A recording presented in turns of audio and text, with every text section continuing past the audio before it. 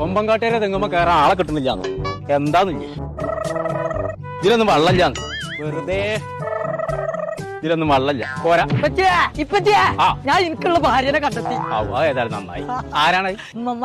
അടച്ച റബ്ബി അതിന്റെ അമ്മല്ലേ? അത് ശരി. അപ്പൊ നിങ്ങക്ക് എന്റെ ഉമ്മാനെ കെട്ടാലേ?